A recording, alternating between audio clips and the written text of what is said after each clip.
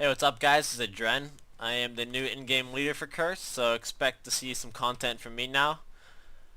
And for future videos guys, if you could just post in the comments and tell me what you guys want to see. I'd rather do what the fans want to see, and I'll go over the topics that you guys think are important to go over.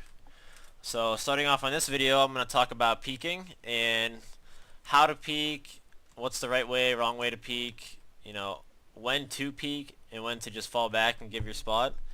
So we're on Inferno here, and we're at the Moto. We call this right here Moto. And then we have the archway. And a lot of people, here's the biggest mistake people make, is they overextend their peek.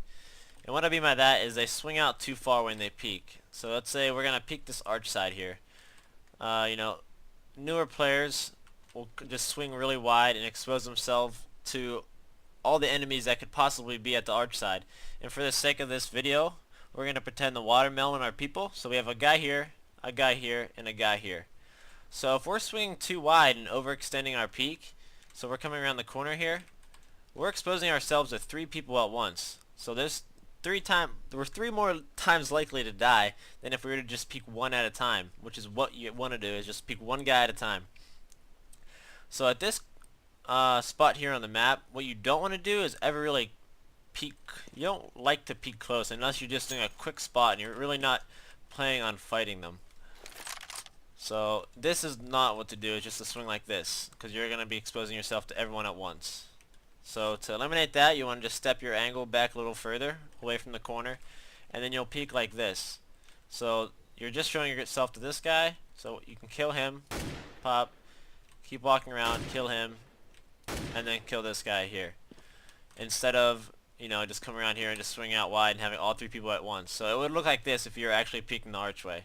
And just watch my crosshair. It's always connected very close to the corner, so as soon as I see this first guy, I stop moving, I take care of him, and then I continue on to the next target that could possibly be there. So it would look like this.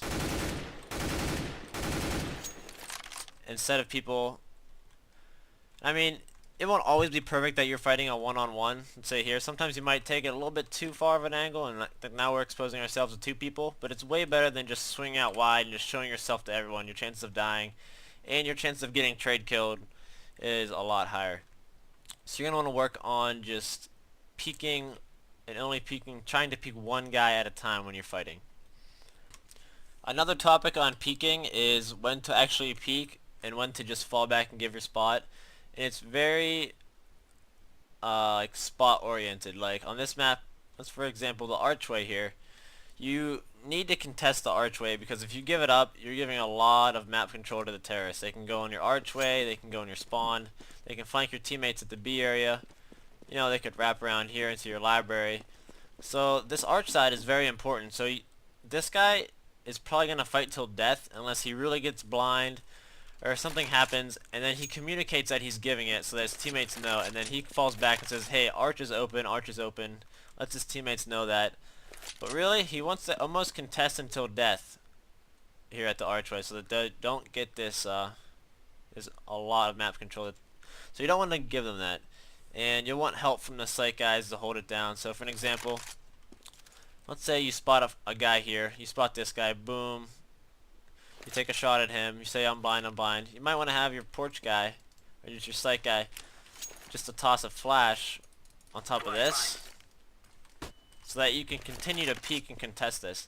And that's not going to blind you at all since it's right above you, so you won't have to worry about juking it, you won't have to worry about getting flash, and you can just keep fighting while the guys back here are going to get blind from it.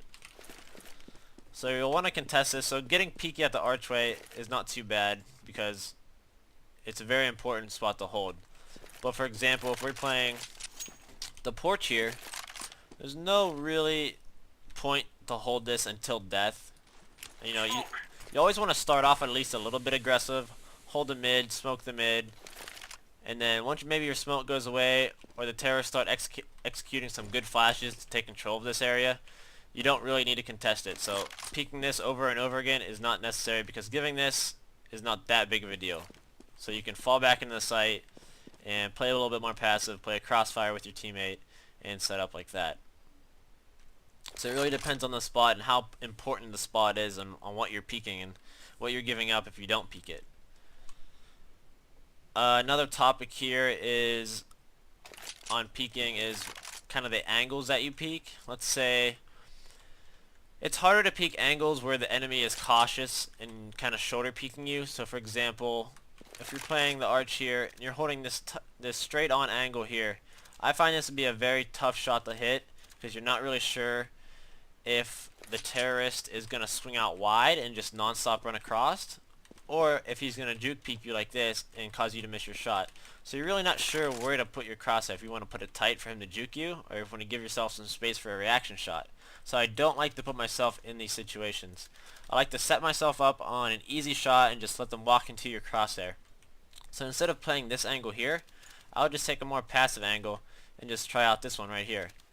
And some of the times, I mean, he has more than one angle to check too. If he's coming out here, swinging out this wide, he might be exposing himself to here. So a lot of the people, once they peek these corners here, they'll turn themselves and then check this, and then you can shoot them in the back as soon as they check the closet.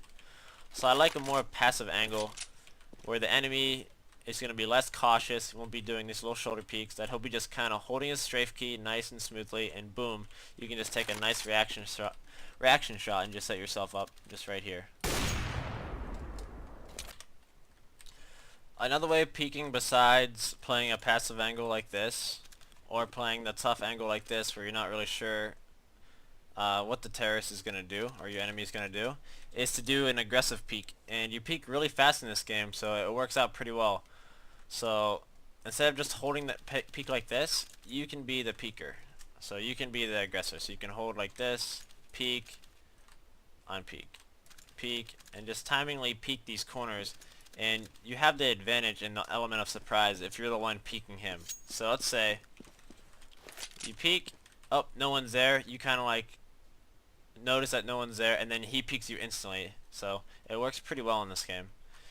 And just like you can do it here, you can just keep peeking. I like to do it here at this angle. Any angle that like the terrorists love to peek and pre-fire and out-react you. Like someone can come here and just pre-fire this corner, and a lot of the times, even if they're not pre-firing you, they're gonna out-react you because they're peeking really fast. So instead of just peeking and holding like this, I won't peek at all, and then I'll just timing peek every once in a while. So I'm the aggressor here. So if he peeks, no one's there, and then I peek him, I have the element of surprise still, and I have a very fast peek on him. So that's another way of peeking besides playing a passive angle, or just straight up holding an angle that, you know, sometimes you might not always hit because you're getting out react or pre-fired, etc., etc. So by having the element of surprise, that should help you out.